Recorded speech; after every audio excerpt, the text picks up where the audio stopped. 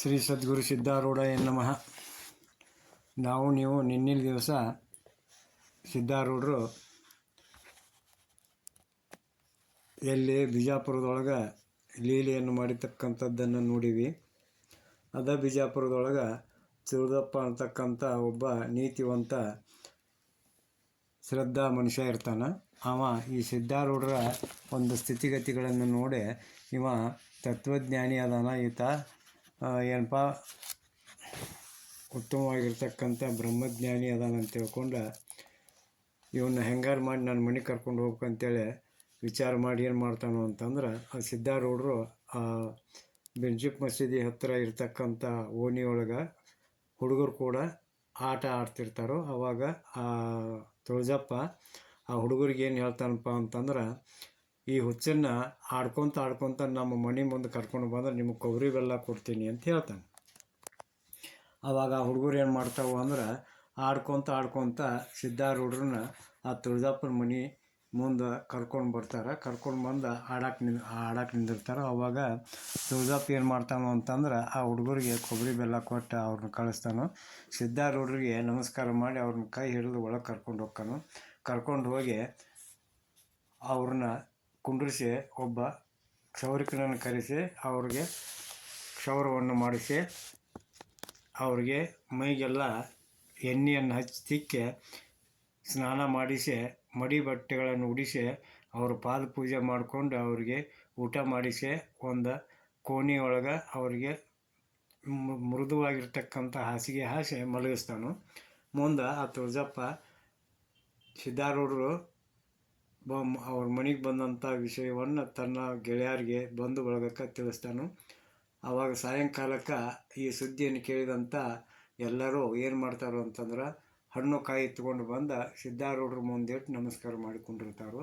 ಆವಾಗ ಸಿದ್ಧಾರೂಢರ ಕಡೆಯಿಂದ ನೀತಿ ವಚನಗಳನ್ನು, ಶಾಸ್ತ್ರ ವಿಷಯಗಳನ್ನು, ಶ್ರವಣಾದಿಗಳನ್ನು ಮಾಡಿ ಅವರು ಸಿದ್ಧಾರೂಢರಿಗೆ ನಮಸ್ಕಾರ ಮಾಡಿ ತಮ್ಮ ಮನೆಗೆ ಹೋಗ್ತಾರೆ. ಇದರಂತ ಅಲ್ಲಿ ಕೆಲವು ದಿವಸ ಕಾಲ ಸಿದ್ಧಾರೂಢರು ಆ ತುಳಜಪ್ಪನ ಮನೆಯೊಳಗೆ ಶಾಸ್ತ್ರ ಹೇಳ್ತಾರೆ.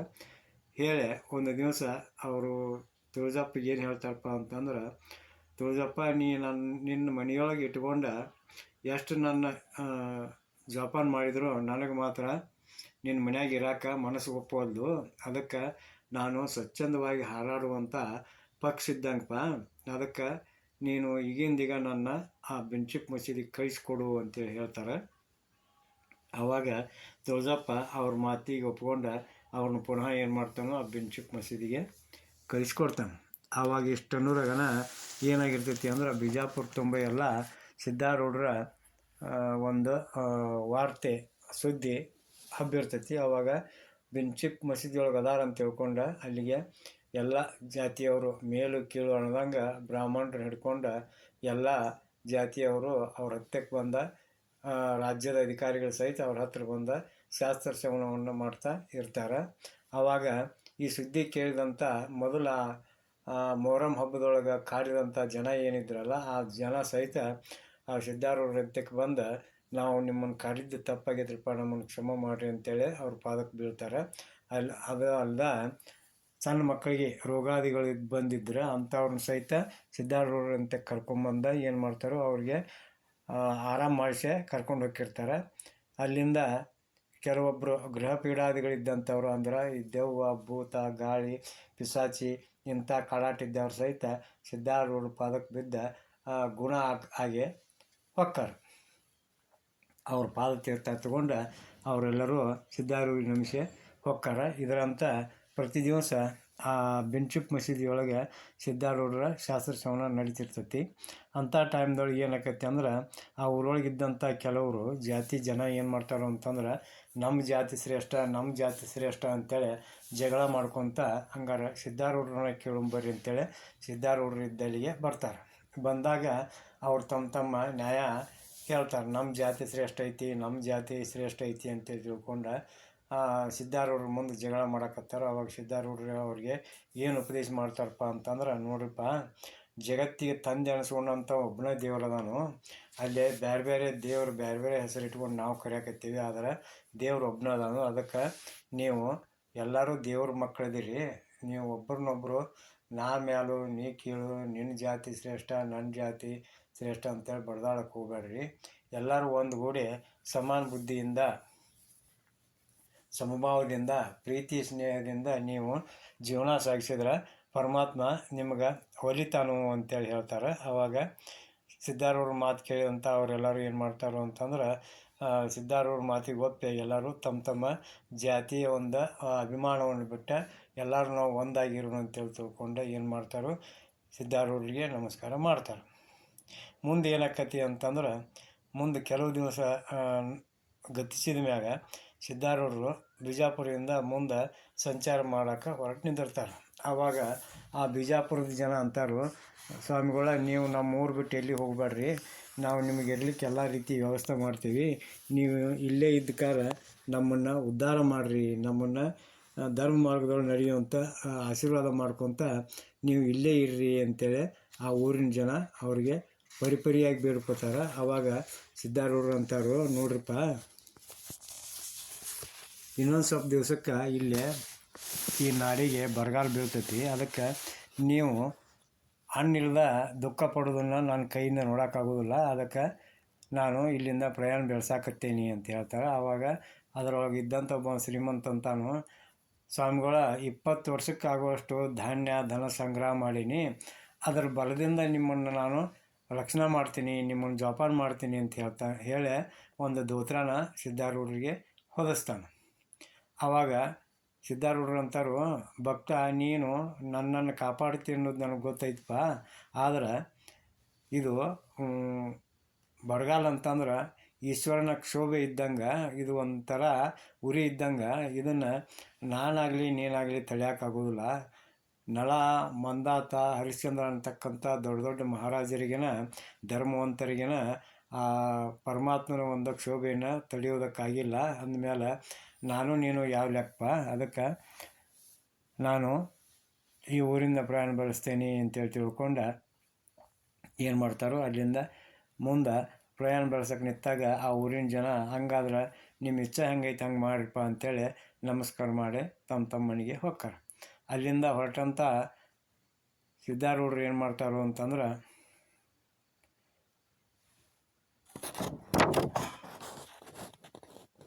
ನಡೀತಾ ಎಲ್ಲಿಗೆ ಬರ್ತಾರೋ ಅಂತಂದ್ರೆ ಜಮಖಂಡಿ ಹತ್ತಿರ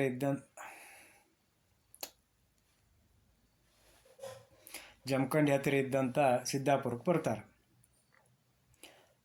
ಬಂದಾಗ ಅಲ್ಲಿ ಒಬ್ಬ ಆ ಊರೊಳಗೆ ಹಠಯೋಗಿ ಜಂಗಮ ಊರು ಜನರಿಗೆ ಏನು ಮಾಡ್ತಾನೋ ಅಂತಂದ್ರೆ 1001 ಜಂಗಮಾರ್ಚನೆ ಮಾಡಿಸ್ರಿ ಅಂತೇಳಿ ತಿಳ್ಕೊಂಡು ಹೇಳಿ ಹಠ ಹಿಡ್ಕೊಂಡು ಗಜಮ್ ನಿಂದಿರ್ತಾನೆ.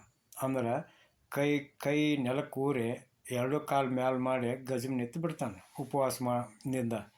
ಆವಾಗ ಆ ಊರಾಗಿದ್ದಂಥ ಪ್ರಮುಖರು ಈ ಜಂಗಮನ್ನು ಉಪವಾಸ ಇಟ್ಟು ನಾವು ಹೆಂಗೆ ಊಟ ಮಾಡೋದು ಅಂತೇಳಿ ತಿಳ್ಕೊಂಡು ಅವರು ಕೂಡ ಉಪವಾಸದಿಂದನೇ ಅಲ್ಲೇ ಆ ಜಂಗಮನ ಹತ್ತಿರಕ್ಕೆ ಕೊಂಡಿರ್ತಾರೆ. ಆವಾಗ ಸಿದ್ಧಾರೂಢರು ಬಂದ ಈ ಒಂದು ಜನರ ಸಂದಣಿಯನ್ನು ನೋಡಿ ಕೇಳ್ತಾರೆ, ಏನಪ್ಪ ಇದು, ಯಾಕೆ ಮಂದಿ ಕುಳಿತೀರಿ ಅಂತ ಕೇಳಿದಾಗ, ಹಿಂಗ್ರಿಪ್ಪ ಒಬ್ಬ ಹಠಯೋಗಿ ಜಂಗಮ ಬಂದಾನ, ಅವ 101 ಜಂಗಮಾಚರಣೆ ಮಾಡಿಸ್ರಿ ಅಂದ್ರೆ ನಾ ಗಜಮ್ ಇಳಿಸ್ತೀನಿ ಅಂತೇಳಿ ಕೈ ನೆಲಕ್ಕೂರಿ ಕಾಲು ಮ್ಯಾಲೆ ಮಾಡಿ ನಿಂತಾನ್ರಿ ಅಂತ ಹೇಳ್ತಾರೆ. ಆವಾಗ ಸಿದ್ಧಾರೂಢರು ಅಂತಾರು, ಆ ಜಂಗಮಿಗೆ ಹೇಳ್ರಿ ನಾವು ಜಂಗಮಾರ್ಚನೆ ಮಾಡಿಸ್ತೀವಿ ಅಂತ ಹೇಳಿ ಗಜಮ್ ಇಳಿಸ್ರಿ ಒಂದು ಅಂತ ಹೇಳ್ತಾರೆ. ಆವಾಗ ಆ ಸಿದ್ಧಾರೂಢರು ಹೇಳಿದಂಗೆ ಆ ಊರಿನ ಹಿರಿಯರು ಆ ಜಂಗಮಿಗೆ ಹೇಳ್ತಾರೆ. ಆವಾಗ ಆ ಜಂಗಮ ಗಜಮ್ ಇಳಿಸಿ ಕೆಳಗೆ ಕುಂಡಿರ್ತಾನೆ.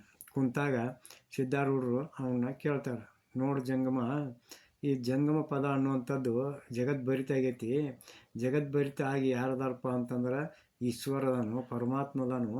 ಅಂಥ ತೃಪ್ತಿಯಾಗಿರ್ತಕ್ಕಂಥ ಪರಮಾತ್ಮನ ನೀ ಹೆಂಗೆ ಊಟ ಮಾಡಿಸ್ತೀ, ನಿನಗೆ ಬುದ್ಧಿ ಐತೆ ಇಲ್ಲೋ, ನಿನ್ನ ಈ ಡಂಬಾಚಾರ ಜನರಿಗೆ ತಿಳಿತೆ ಅಂದ್ರೆ ನಿನ್ನ ಮರ್ಯಾದೆ ತೆಗಿತಾರವರು, ಅದಕ್ಕೆ ಸುಮ್ಮನೆ ನಾನು ಹೇಳಿದಷ್ಟು ಕೇಳಂತ ತಿಳ್ಕೊಂಡು ಏನು ಮಾಡ್ತಾರೋ ಅಂತಂದ್ರೆ ಅವಾಗ ಹಾಲು ಸಕ್ಕರೆ ತರಿಸಿ ಕುಡಿಯೋಕೆ ಕೊಡ್ತಾರೋ.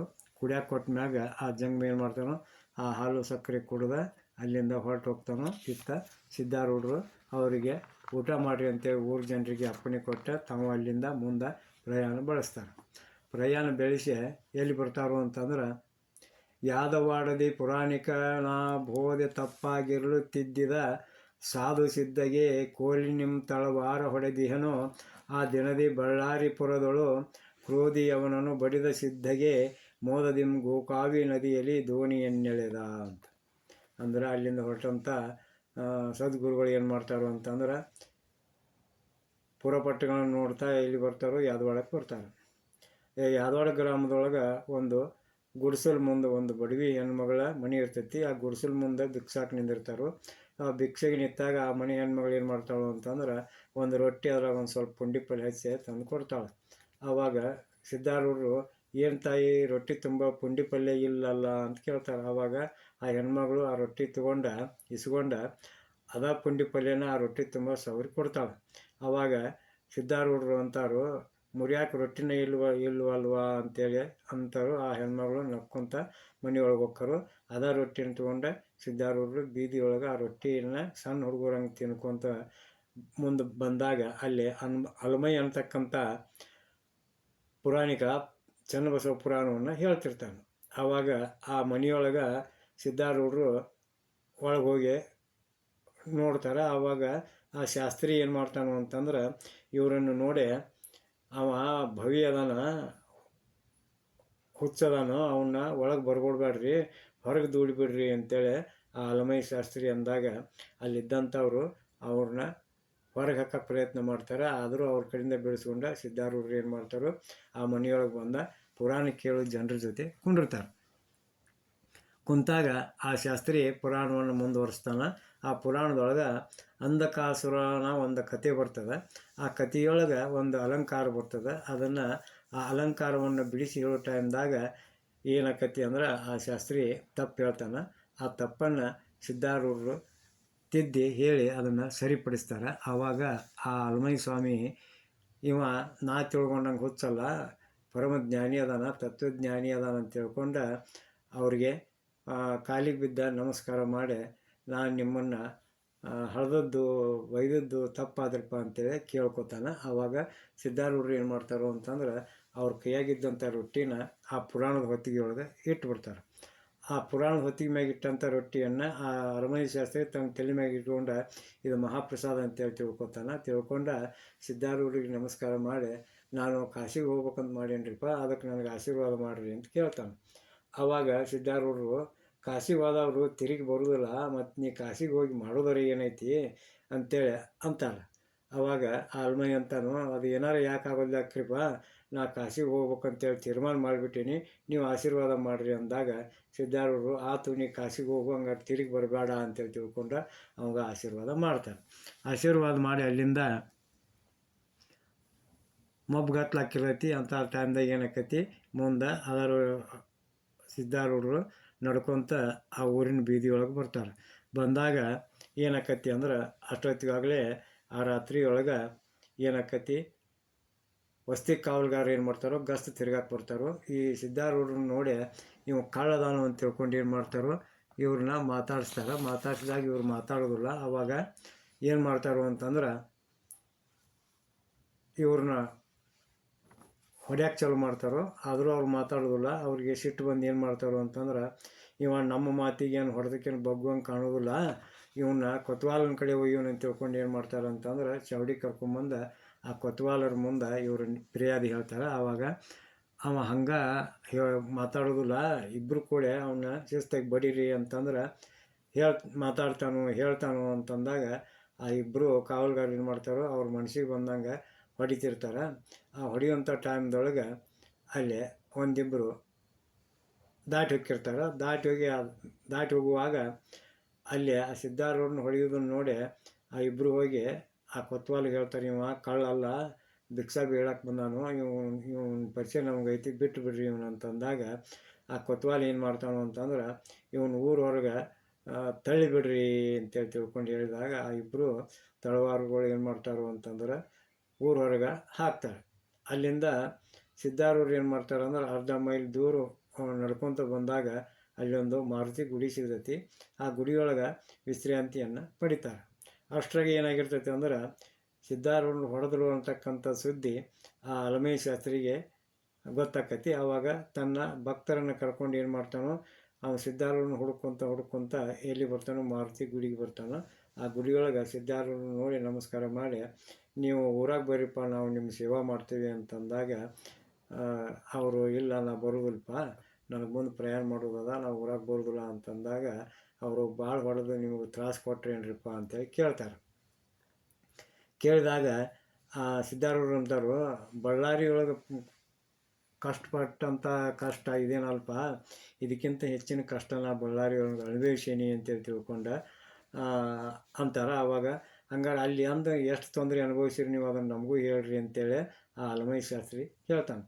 ಆವಾಗ ಸಿದ್ಧಾರೂಢರು ಹೇಳ್ತಾರೆ, ಏನಪ್ಪ ಅಂತಂದ್ರೆ, ಬಳ್ಳಾರಿ ಕೌಲ್ ಬಜಾರ್ದೊಳಗೆ ಚಿತ್ತೂರು ಧನಶೆಟ್ಟಿ ಅಂತಕ್ಕಂಥ ಹನುಮಂತ ಶೆಟ್ಟಿ ಅಂತಕ್ಕಂಥವನ ಸಾಹುಕಾರನ ಮನೆ ಇತ್ತು. ಆ ಮನೆ ಮೆಟ್ಲ ಮೇಲೆ ಹೋಗಿ ಬಾಗಿಲ ಮುಂದೆ ನಿಂತ ನಾನು ಭಿಕ್ಷಾ ಬೇಡಾಕತ್ತೀನಿ. ಆವಾಗ ಆ ಬಾಗಿಲ ಕಾಯೋ ಕಾವಲುಗಾರ ಬಡೇ ಸಾಬ್ ಅಂತಕ್ಕಂಥವ, ನೀ ಯಾರಂತ ಕೇಳಿದ. ಆವಾಗ ನಾ ಸುಮ್ಮನೆ ಮೌನವಾಗಿದ್ನಪ್ಪ.